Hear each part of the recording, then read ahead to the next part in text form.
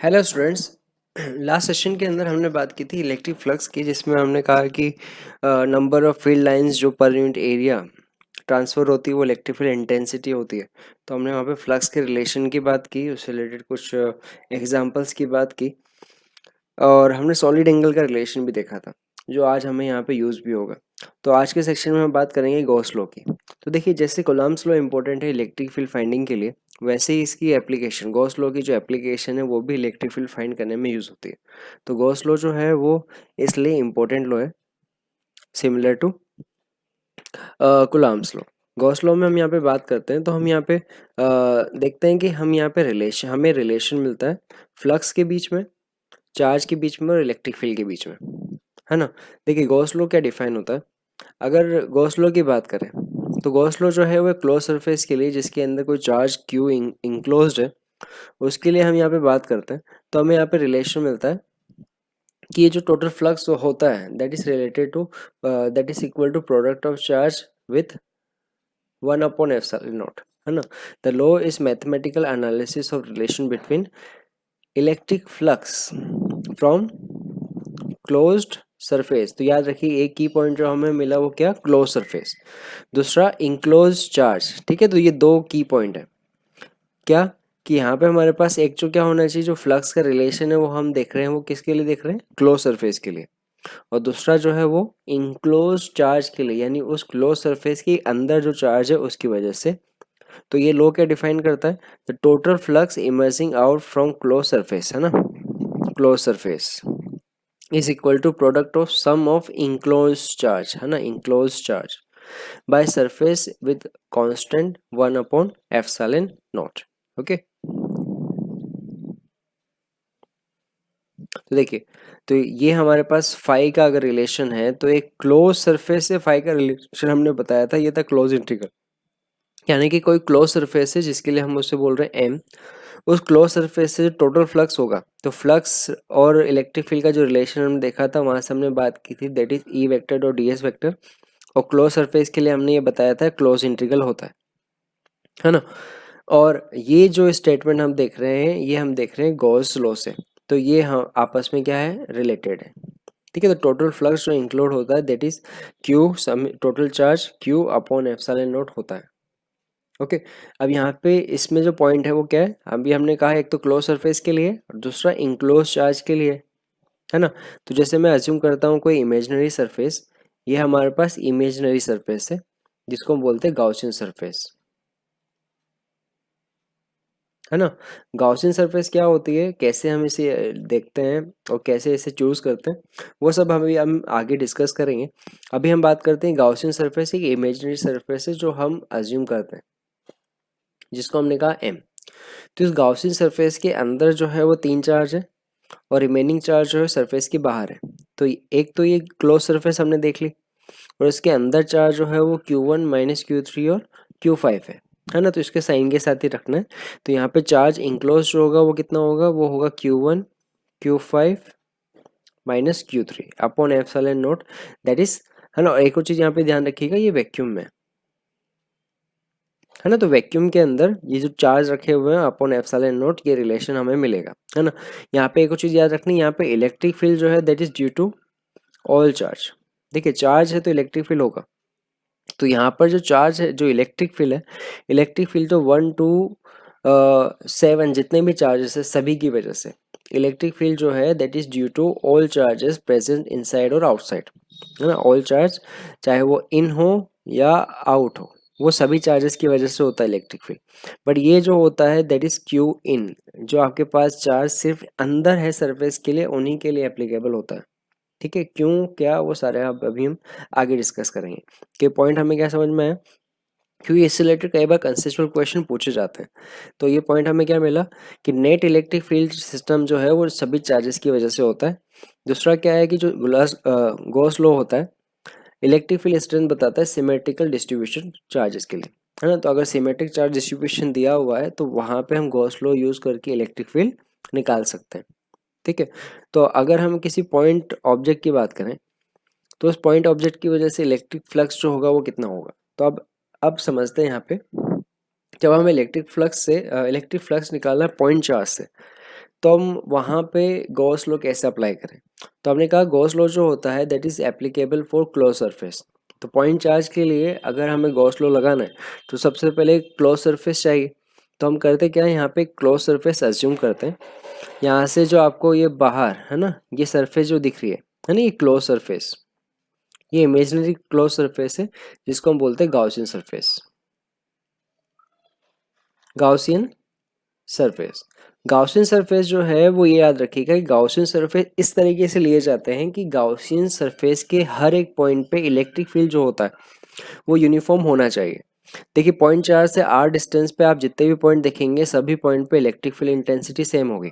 मतलब जैसे कि अगर ये गाउसियन सरफेस है, इस गाउसियन सरफेस के लिए अगर रेडियस जो है वो अगर आर है ना, अगर इस गाउसियन सरफेस के लिए रेडियस अगर आर है ना, तो इसके लिए हमारे पास सभी पॉइंट पर अगर इलेक्ट्रिक फील्ड निकालेंगे तो वो कितना होगा, इलेक्ट्रिक फील्ड होगा E इज इक्वल टू के क्यू अपॉन आर स्क्वायर। ये सभी पॉइंट पे इलेक्ट्रिक फील्ड जो होगा गाउसियन सरफेस के हर पॉइंट पे इलेक्ट्रिक फील्ड यूनिफॉर्म होगा। तो गाउसियन सरफेस जो है वो कैसे चूज करते हैं, उसके हर पॉइंट पे इलेक्ट्रिक फील्ड जो होना चाहिए वो यूनिफॉर्म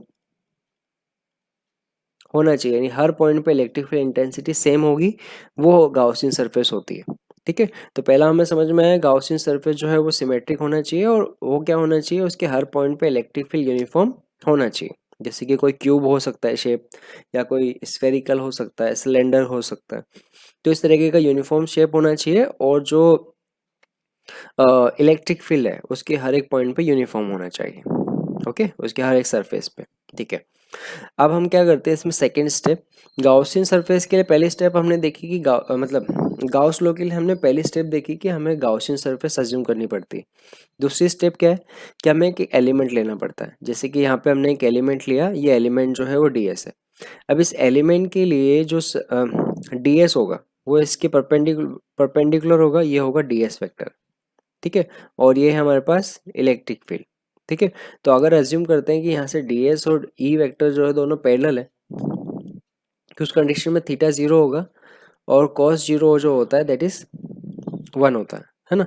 तो यहाँ पे हमारे पास रिलेशन क्या होगा फ्लक्स का, phi is equal to integration, close integral बोला है तो close integral E vector dot D S vector, या हम इसे लिख सकते हैं E D S cos theta. ठीक है, यहाँ पर थीटा की वैल्यू जो है वो जीरो है। ठीक है, तो जीरो के लिए हम यहाँ पे रिलेशन देखेंगे, तो theta is equal to zero के लिए कॉस जीरो है वो 1 हो जाएगा, यानी फाई जो क्लोज सरफेस से होगा that is equal to close integral E D S, है ना। अब एक बात समझिए, यहाँ से ई डी एस जो निकला, ई क्या है यहाँ पे इलेक्ट्रिक फील्ड, तो पॉइंट चार्ज के लिए इलेक्ट्रिक फील्ड होता है K Q upon R square. R जो है वो डिस्टेंस होती है, यहाँ से यहाँ तक की डिस्टेंस जो है वो कैपिटल आर हमने ली है, तो यह आ गया आर डी एस। ओके, अच्छा, अब देखिए के को लिख सकते हैं 1/4πε0 और कांस्टेंट भी है तो बाहर भी निकाल सकते हैं। तो यहाँ से हमारे पास 1/4πε0 बाहर आया, इंटू क्यू भी बाहर आया, integration D S upon R square. देखिए D S upon R square जो है ना, D S upon R square, ये जो D S upon R square है इसको हमने लास्ट सेशन में आखिर में देखा था। जो D S upon R square था उसको हमने बताया था दैट इज सॉलिड एंगल। ठीक है, तो यहाँ से हमें रिलेशन क्या मिला, फाई क्लोज सरफेस के लिए is equal to Q upon epsilon not. ठीक है, सॉलिड एंगल जो आया वो D 1/4 pi integration D S R square, मतलब solid angle D solid angle. ठीक है, तो अब यहाँ से हम बोल सकते हैं कि जो कोई भी क्लोज सरफेस होती है, क्लोज सरफेस से जो टोटल फ्लक्स होता है वो होता है Q upon epsilon naught solid angle upon 4 पाई।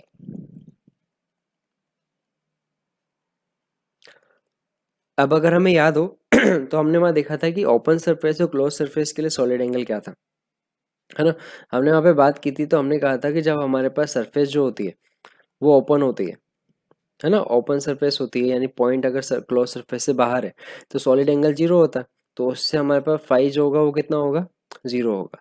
यानी कोई पॉइंट चार्ज अगर गाउसियन सरफेस से बाहर प्रेजेंट है है ना।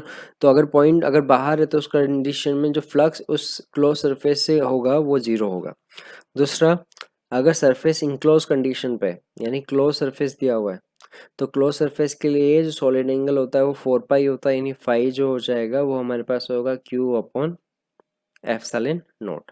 ठीक है, तो यहाँ से हमने क्या पॉइंट देखा कि अगर आपके पास सरफेस सरफेस जो है वो अगर जो चार्ज है वो सरफेस के बाहर है तो उसकी वजह से फ्लक्स जीरो होगा, अगर वो चार्ज सरफेस के अंदर है तो उसकी वजह से फ्लक्स जो होगा वो क्यू अपॉन एप्सिलॉन नॉट होगा। देखिए यहाँ पर कहीं पर भी ये नहीं बताया गया कि जो चार्ज है वो सरफेस के सेंटर पे होना चाहिए। ठीक है, तो यहाँ पे जो पॉइंट हम यहाँ पे देखेंगे तो क्या देखेंगे, सबसे पहला पॉइंट यहाँ पे हमारे पास जो चार्ज है वो अंदर होना चाहिए।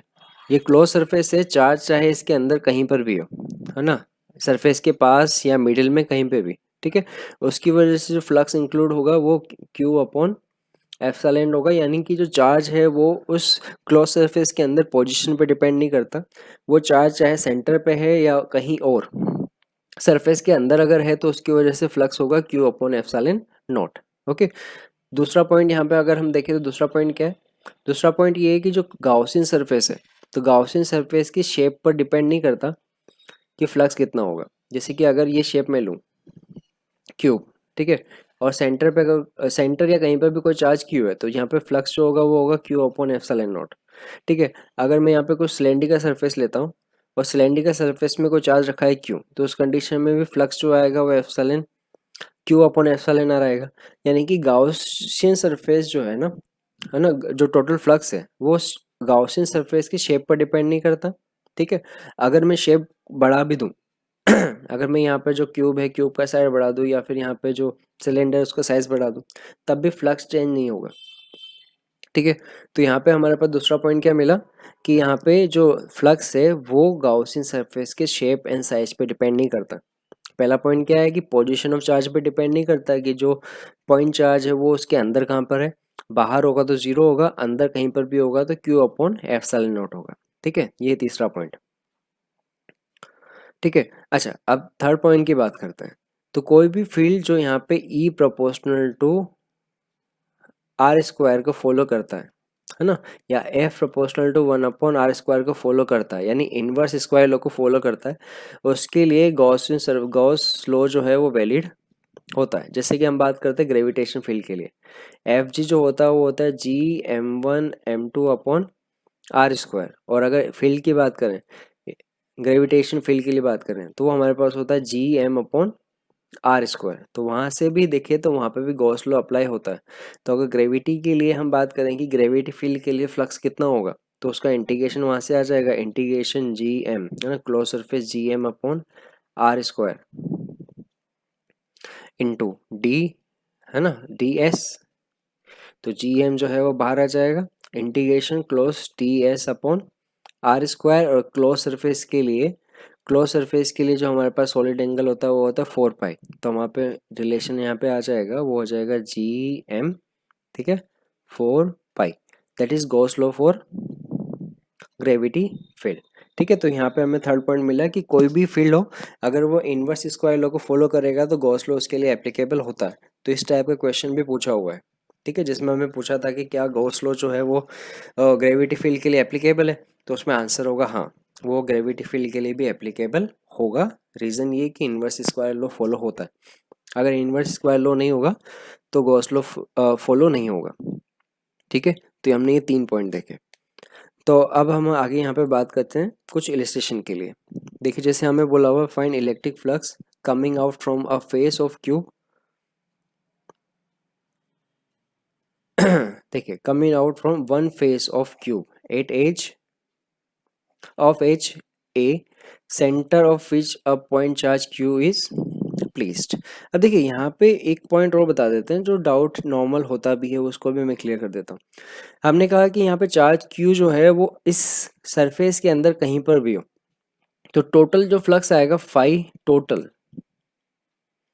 है ना, वो क्या होगा, वो होगा Q upon epsilon not. But एक बात समझिएगा कि यहाँ पर अगर कहीं और होगा तो जो अलग अलग फेसेस हैं उससे फ्लक्स जो है वो बराबर नहीं आएगा, किसी फेज से ज़्यादा होगा, किसी फेज से कम होगा। अब जैसे इस केस में बात करें तो जब हमारे पास ये चार्ज यहाँ पर है, तो जो चार्ज है वो हर एक फेज से इक्वल फ्लक्स जो है वो बाहर निकालेगा, है ना। रीज़न है सॉलिड एंगल, क्योंकि सेंटर पे देखेंगे तो हर एक फेस का सॉलिड एंगल जो आएगा वो बराबर आएगा। तो ये जो चार्ज जब सेंटर पे होगा तो हर एक फेस से इक्वल फ्लक्स बाहर निकलेगा। पर अगर वो सिमेट्रिक कंडीशन में नहीं है तो हर एक फेस से जो फ्लक्स होगा वो अलग अलग जाएगा, ठीक है। तो अब हमें बोला हुआ है कि एक ये वाली जो सरफेस है, ठीक है, इस फेस से कितना फ्लक्स जो है बाहर जा रहा है। तो देखिए टोटल जो फाई टोटल है वो हमने देखा वो कितना है, Q upon epsilon not. Total मतलब 6 फेजेस है, तो फाई एक फेज के लिए बात करेंगे तो कितना होगा, तो होगा फाई टोटल अपॉन 6 होगा। मतलब अगर एक फेज जो है, कितनी फेज है यहाँ पे हमारे पास टोटल 6 फेजेस हैं, तो टोटल 6 फेजेस से अगर Q upon epsilon not flux जा रहा है तो एक फेज से कितना होगा सिमेट्री के केस में, तो यहाँ से हमारे पास ये आ जाएगा टोटल क्या होगा, Q upon epsilon not upon 6। तो ये हमारे पास आएगा क्यू अपॉन 6 एप्सिलॉन नॉट, ठीक है। तो यहाँ पे हमें पॉइंट क्या मिला कि यहाँ पे अगर सिमेट्रिक चार्ज डिस्ट्रीब्यूशन है, मतलब सेंटर पे है, तो हर एक फेज से इक्वल चार्ज रहेगा और वो होगा, तो एक फेज से हमें क्या मिल जाएगा, क्यू अपॉन 6 एप्सिलॉन नॉट, ठीक है। इसमें एक और पॉइंट मैं इंक्लूड करता हूँ, देखिए अगर मैं ये जो क्यूब है उसके अंदर कोई मीडियम भर दूँ जिसके लिए के जो है वो कोई भी एप्सिलॉन आर दिया हुआ है ना, मीडियम के लिए जो रिलेटिव परमिटिविटी है वो एप्सिलॉन आर है, तब कितना होगा, तो उस कंडीशन पे जो फाई टोटल होगा वो होगा हमारे पास Q upon epsilon R epsilon not, ठीक है, उस मीडियम के लिए। और एक फेज के लिए जब निकालेंगे तो वही अगेन 6 डिवाइड होगा, है ना, वो कितना होगा Q upon 6 epsilon not epsilon R, ठीक है। अच्छा इसमें एक और चीज़ हम इंक्लूड करते हैं, एक कोई पॉइंट चार्ज है जो यहाँ पे बाहर रखा हुआ है, तो इस पॉइंट चार्ज की वजह से जो सरफेस है इससे कितना फ्लक्स होगा, तो उसका आंसर होगा 0। रीजन कि क्लोज सरफेस से अंदर की तरफ जो चार्ज होता है वो हम इंक्लूड करते हैं, पर अगर पॉइंट चार्ज सरफेस से बाहर है तो उसकी वजह से फ्लक्स जो होता है वो 0 रहेगा। तो गॉस लॉ की जो एप्लीकेशन है उसको और आगे बढ़ाते हैं, यहाँ पर देखते हैं हम अब नेक्स्ट रिलेशन। देखिए यहाँ पे इसमें 3 पार्ट में ये क्वेश्चन पूछा हुआ है, हमें 3 फिगर दिए हुए हैं और जो अभी हमने इंक्लोज वाली प्रॉपर्टी देखी थी वो उसी पे बेस्ड ये वाला क्वेश्चन है। हमें इसके बोला हुआ है कि a charge Q is placed just outside, है ना, just outside the centre of a close hemisphere. ये फिगर ए है इसके अंदर, ठीक है, इसके अंदर जो ये पॉइंट चार्ज है वो इससे जस्ट थोड़ा बाहर है ना, तो ये जो डायग्राम में बताया हुआ उससे थोड़ा नीचे है ये। The same charge Q is placed just inside, है ना, inside the centre of a close hemisphere, ये फिगर बी में। और सी वाला पार्ट है उसमें बोला हुआ है कि charge is placed at the centre of hemisphere open from the base, find the electric field flux passing through the hemisphere in all 3 cases. तो तीनों केसेस के लिए बोला हुआ है कि जो फ्लक्स पास हो रहा है वो कितना होगा। अब देखिए ये वाला पॉइंट हमें बताया हुआ है उससे थोड़ा सा नीचे बताया हुआ है, तो अगर ये थोड़ा सा नीचे तो उसके लिए हमारे पास ये जो होगा वो ओपन सरफेस है, ये हमारे पास आउटसाइड चार्जर है। ये जो चार्ज है वो क्या है, आउटसाइड है, आउटसाइड चार्ज जो होता है उसकी वजह से फ्लक्स जो होता है वो 0 होता है ना। जो आउटसाइडर चार्ज होता है उसकी वजह से क्लोज सरफेस से जो चार्ज होता है वो 0 होता है। देखिए आपको वो रीज़न भी बताता हूँ कि ऐसा क्यों होता है कि आउटसाइड से जो फ्लक्स होता है वो हम 0 लेते हैं, इसका रीज़न क्या है। देखिए इसका रीज़न ये है कि अगर मैं इससे फ्लक्स देखूँ, जो यहाँ से फ्लक्स जा रहा है वो किस तरीके से होगा, देखिए यहाँ से जो भी फ्लक्स जाएगा वो इस तरीके से होगा, है ना।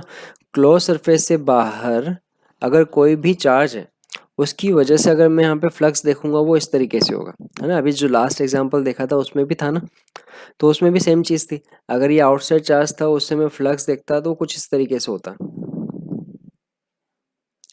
है ना।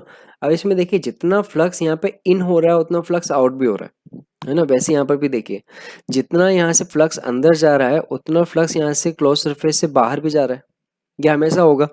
तो इस वजह से हम बोलते हैं कि चार्ज अगर क्लोज सरफेस से बाहर है तो उसकी वजह से टोटल फ्लक्स जीरो होगा, है ना। जो क्लोज सरफेस से इनक्लोज फ्लक्स होगा वो जीरो होगा, ठीक है। भाई ऐसा नहीं कि चार्ज बाहर है तो वो फ्लक्स नहीं दे रहा, फ्लक्स तो वो दे रहा है। क्लोज सरफेस से बात करेंगे तो होगा क्या, जितना फ्लक्स इस क्लोज सरफेस के अंदर आएगा उतना फ्लक्स बाहर भी चला जाएगा। तो नेट जो फ्लक्स इस क्लोज सरफेस से होगा वो क्या होगा, जीरो होगा। अब अगर सेकेंड केस के लिए बात करें तो देखिए, यहाँ से जो भी फ्लक्स जाएगा वो चाहे सिमेट्रिक ना हो, बट ये चीज़ है कि वो नेट जो है वो बाहर निकाल रहा है। इस क्लोज सरफेस से जो नेट फ्लक्स है वो बाहर जा रहा है, ठीक है। और टोटल फ्लक्स जो है वो कहीं ना कहीं जो होगा वो होगा क्यू अपॉन एप्सिलॉन नॉट ही होगा। तो जो फ्लक्स टोटल होगा सेकेंड केस के लिए वो क्या होगा, वो होगा क्यू अपॉन एप्सिलॉन नॉट। पहले के लिए जो आंसर होगा वो जीरो होगा, दूसरे के लिए होगा क्यू अपॉन एप्सिलॉन नॉट, है ना। अच्छा, अब बात करते हैं थर्ड केस के लिए जो इंपॉर्टेंट भी है।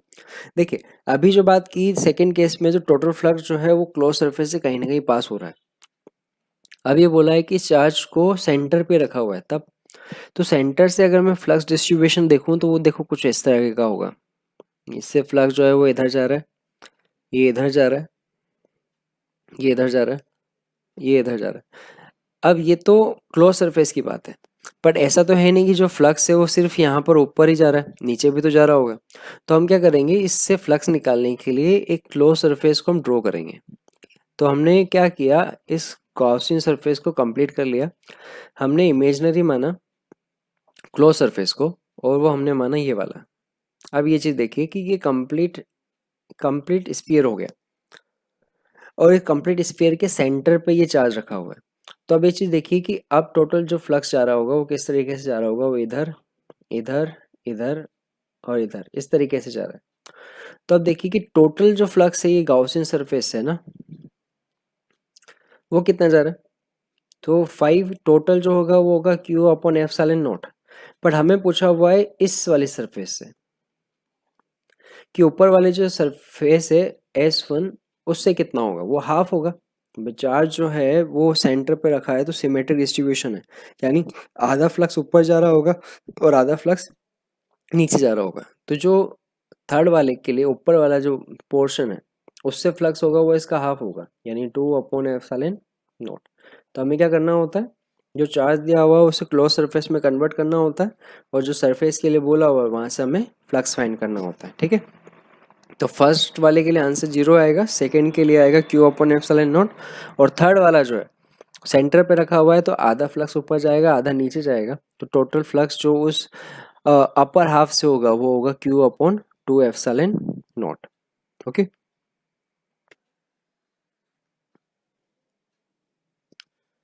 तो अब देखते हैं नेक्स्ट इलस्ट्रेशन। कंसेप्चुअल क्वेश्चन ये यहाँ पे क्या बोला हुआ है कि डायग्राम जो है उसमें प्लस क्यू जो चार्ज है इस on an insulating support S and enclosed by hollow sphere of hollow sphere conductor. O is present in the center of spherical conductor. P is the point such that OP is X and SP is R. Then electric field at point P will be. तो देखिए conductor बोला हुआ है ना, outer जो surface है वो conductor है, तो याद रखिएगा आउटर सरफेस जो है वो कंडक्टिंग दी हुई है, ये वाली जो सरफेस है ये हमें दिया हुआ है कंडक्टर। तो क्वेश्चन जो है वो कंप्लीट समझ में आएगा जब हमें, तो ये कंडक्टर दिया हुआ है, ये पॉइंट जो है वो बोला हुआ है एस और ये पॉइंट बोला हुआ है ओ। पॉइंट चार्ज क्यू जो है वो यहाँ पे रखा हुआ है, ठीक है। यहाँ से ये जो डिस्टेंस है वो है हमें एक्स दी हुई है, मतलब सेंटर से पॉइंट पी की डिस्टेंस जो है वो एक्स है, और जो पॉइंट चार्ज है उससे डिस्टेंस जो है वो आर है, ठीक है। और अब हमें पूछा हुआ है कि बताइए पॉइंट पी पर जो इलेक्ट्रिक फील्ड है वो कितना होगा, ठीक है। अब देखिए ये हमारे पास दो ऑप्शन हो सकते हैं। देखिए पॉइंट चार्ज की वजह से इलेक्ट्रिक फील्ड का जो रिलेशन होता है वो होता है K Q upon R square, R जो होती है वो डिस्टेंस, ठीक है। और दूसरा हमने देखा सेंटर से, तो इसमें ऑप्शन अगर बनाना चाहे तो एक ऑप्शन आ जाएगा के क्यू अपॉन R², एक ऑप्शन हम बनाना चाहे तो वो जाएगा के क्यू अपॉन एक्स स्क्वायर, अच्छा, एक और ऑप्शन बना सकते हैं 0, ठीक है, ऑप्शन डी जो है वो नन। तो अब हमें पूछा हुआ है बताइए इन चारों में से कौन सा ऑप्शन सही होगा। तो अब देखिए इसका आंसर जो है वो गाउसियन सरफेस से आ सकता है। अब अगर हमें पॉइंट पी पर फाइंड करना है कि इलेक्ट्रिक फील्ड कितना है ना, तो हम क्या करेंगे, गाउसियन सरफेस अप्लाई करने के लिए हमें क्लोज सरफेस बनानी पड़ती है। तो हम करेंगे क्या, एक इमेजिनरी, है ना, इमेजिनरी होलो स्फीयर बनाएंगे जो पॉइंट पी से जाएगा, ठीक है, और इस कंडक्टर को भी इंक्लोज करेगा, ठीक है। तो उस कंडीशन पे इस कंडक्टर को भी इंक्लोज करेगा तो इसकी जो रेडियस होगी सेंटर से देखी जाएगी, और सेंटर से इस होलो स्फीयर की जो रेडियस होगी वो होगी एक्स, है ना, ये डिस्टेंस कितनी है, एक्स, ठीक है। तो गाउसियन सरफेस से हम बात कर रहे हैं तो Q इज इक्वल टू होता है, वो होता है integration E dot D S close integral equal to Q upon epsilon not. ये हमारे पास है गॉस लॉ। गॉस लॉ के अकॉर्डिंग हम यहाँ से अप्लाई करते हैं, देखिए तो उसमें क्या आंसर आता है हमारे पास, देखिए close integral E dot D S, है ना। तो यहाँ पे हमारे पास क्या किया, जो पॉइंट P है हमने एक एलिमेंट लिया ds, ठीक है, यहाँ पर हमने एक एलिमेंट लिया ds, ये हमारे पास ds वेक्टर, इलेक्ट्रिक फील्ड जो है वो इसके पैरेलल है। गाउसियन सरफेस के हर पॉइंट पे इलेक्ट्रिक फील्ड जो होता है वो यूनिफॉर्म होता ही है, ठीक है। E dot D S is equal to, इस गाउसियन सरफेस से जो टोटल चार्ज इंक्लोज है वो है क्यू, अपॉन मीडियम जो है वो वैक्यूम है तो एप्सिलॉन नॉट होगा। तो अभी हमने कहा कि अगर फील्ड के हर पॉइंट पे इलेक्ट्रिक फील्ड यूनिफॉर्म है तो ई को हम बाहर ले सकते हैं, E close integral D S is equal to Q upon epsilon naught. देखिए डी एस जो है वो टोटल सरफेस एरिया है, और वो टोटल सरफेस एरिया है वो गाउसियन सरफेस का आएगा। तो इस गाउसियन सरफेस का ना, गाउसियन सरफेस का टोटल सरफेस एरिया होगा जिसकी रेडियस कितनी है, एक्स, है ना, उसकी रेडियस है एक्स। तो हमारे पास ये आ जाएगा 4 pi x² equal to Q upon epsilon not, ठीक है। तो यहाँ पे हमारे पास रिलेशन आ जाएगा, वो आ जाएगा E इजिकल टू, है ना, Q upon 4 pi epsilon not x², और 1/4 पाई एप्सिलॉन नॉट जो होता है वो होता है k, ये हो जाएगा KQ अपॉन x², ठीक है। तो सही आंसर जो आएगा वो आएगा बी, KQ अपॉन x²। हम यहाँ सेंटर से डिस्टेंस देखेंगे ना कि उस पॉइंट चार्ज से, ठीक है। अच्छा, एक और चीज़ है कि इसको हम विदाउट कैलकुलेशन भी कर सकते थे, जैसे कि मैंने तुम्हें बताया था कि जो पोजीशन ऑफ चार्ज इस पर डिपेंड नहीं करता। तो कंडक्टर के अंदर जो पॉइंट चार्ज है ना, वो चाहे सेंटर पे रखा हो या कहीं और रखा हो, उसके आउटसाइड आउटसाइड पॉइंट पे जो इलेक्ट्रिक फील्ड होगा वो सिमिलर होता है कि उसके सेंटर पे चार्ज रख के हम निकालेंगे वैसे, ओके। तो ये सिमिलर कंडीशन होगी यहाँ पर भी। तो जो आंसर आएगा वो आएगा KQ अपॉन x², सेंटर से डिस्टेंस हम देखेंगे इस केस के लिए भी।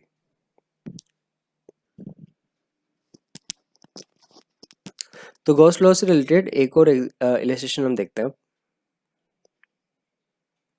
देखिए तो हमने कहा सॉलिड एंगल है ना, तो सॉलिड एंगल से रिलेटेड जो चीज़ है वो यहाँ पे इंक्लूड होती है। सॉलिड एंगल का हमने रिलेशन यहाँ पे देखा था कि एक कौन है उसके वर्टेक्स पे जो सॉलिड एंगल का रिलेशन आता है वो हमारे पास आता है 2π1 माइनस कॉस फाइव, उसको अब अभी हम इंक्लूड करेंगे।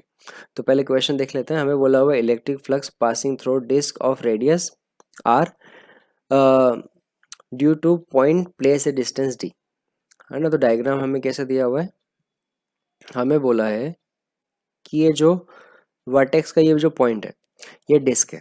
तो एक चीज़ समझिए, जब इलेक्ट्रिक फ्लक्स यहाँ से जाएगा तो हम एक इमेजनरी कौन अज्यूम कर सकते हैं, ये एक इमेजनरी कौन है और ये डिस्क है, ठीक है, जिसके लिए जो ये रेडियस है,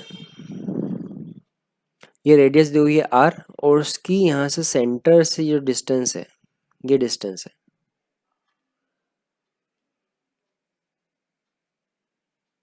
ठीक है, ये हमें दी हुई है वो है डी। तो ये वाला जो एंगल होगा ये होगा फाई, है ना, जिससे हमने कहा था वर्टिकल हाफ एंगल, ठीक है। तो वर्टिकल हाफ एंगल के केस में हमने कहा था कि जो सॉलिड एंगल का रिलेशन होता है,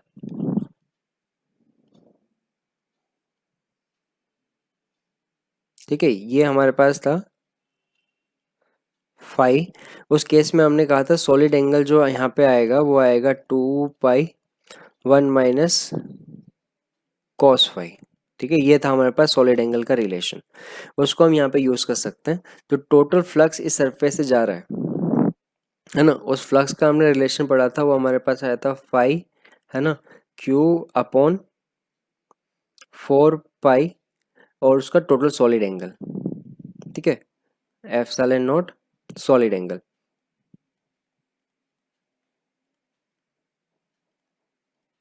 तो इस केस में सॉलिड एंगल जो है वो ये वाला होगा, तो इसमें हम यहाँ रिलेशन रख देते हैं, वो आएगा Q upon 4π epsilon naught, solid angle आएगा 2π1 माइनस कॉस फाई। ठीक है, तो यहाँ हमारे पास रिलेशन मिला, वो मिला Q upon 2 epsilon not 1 minus cos phi.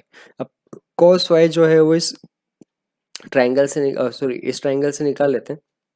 यहाँ से हम देखेंगे तो कॉस फाई हमें मिलेगा, cos phi is equal to D upon root of R square plus D square, है ना। तो यहाँ से हमारे पास जो टोटल फ्लक्स आएगा जो डिस्क से जा रहा है वो मिल जाएगा, वो हमारे पास होगा क्यू अपॉन 2 एप्सिलॉन नॉट, ठीक है, 1 minus D upon R square plus D square. तो डिस्क से जो टोटल फ्लक्स जा रहा होगा वो हमारे पास ये रिलेशन से आ जाएगा, Q upon 2 epsilon not 1 minus D upon R square plus D square. तो सॉलिड एंगल हमें पता है, तो उसका रिलेशन हम इस तरीके से भी निकाल सकते हैं। तो एक डिस्क से जो फ्लक्स जाएगा वो इतना आएगा। ओके, तो अब तक हमने देखा गॉस लॉ और उसकी जो प्रॉपर्टीज है उसको हमने देखा और उसको अप्लाई करना हमने सीखा। अब नेक्स्ट सेक्शन के अंदर हम बात करेंगे एप्लीकेशन ऑफ गॉस लॉ की। ओके।